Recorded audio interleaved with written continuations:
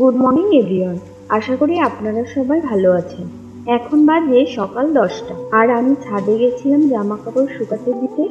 গিয়ে দেখলাম আমাদের ছাদ বাগানের অনেক ক্ষয়ক্ষতি হয়েছে কালবৈশাখী ঝড়ের জন্য। ফুল ফলের টব ভেঙে গেছে, তাই ভাবলাম ভিডিও করে আপনাদেরকে দেখাই। দেখতে পাচ্ছেন প্রচন্ড গরমের হাত থেকে গাছগুলোকে বাঁচাতে যে শেড দিয়েছিল সেটা ছিঁড়ে নিচে পড়ে গেছে।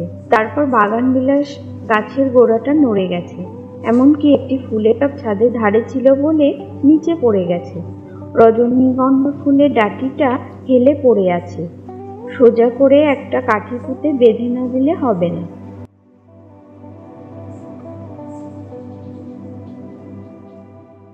আরো একটা বাগান বিলাসের টব ভেঙে গেছে।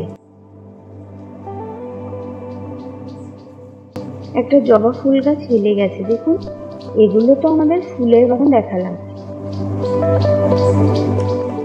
এরপর আসুন উপরে ফলের বাগানে গিয়ে দেখি কি অবস্থা।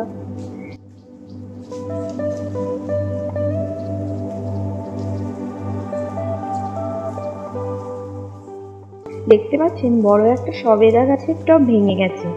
বাবার খাটুনি বেড়ে গেছে, এসব গাছ আবার নতুন করে টবে লাগাতে হবে।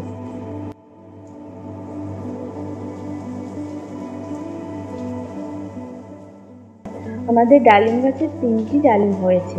তারপর মজার ব্যাপার হলো, আমি যখন 3তলা থেকে নিচে নামছিলাম তখন দেখি কাঠবিড়ালি আম গাছে বসে আছে। যখনই আমরা ছাদে যাই কাঠবিড়ালি দৌড়ে পালায়। ক্যামেরা থাকে না বলে ভিডিও করা হয় না। দেখুন আমাকে দেখে দৌড়ে পালাচ্ছে।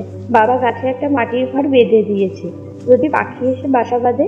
ভাঁড়টা ছিল আমাদের মাছের অ্যাকুরিয়ামে, তো সেখানে আর রাখা হয় না বলে বাবা এটা গাছে ঝুলিয়ে দিয়েছে। তারপর বললাম না, একটা গাছের টব নিচে পড়ে গেছে, সেই গাছটা বাবা তুলে এনেছে। আর বাবা বলছিল আম পড়েছে, আমগুলো তুলে নে। তো আমি আমগুলো তুলে নিলাম, আচার বানিয়ে খেতে পারবো। বাবা আম গাছের ডালগুলো হেলে ছাদে চলে এসেছে, সেগুলো ঠিক করছিল।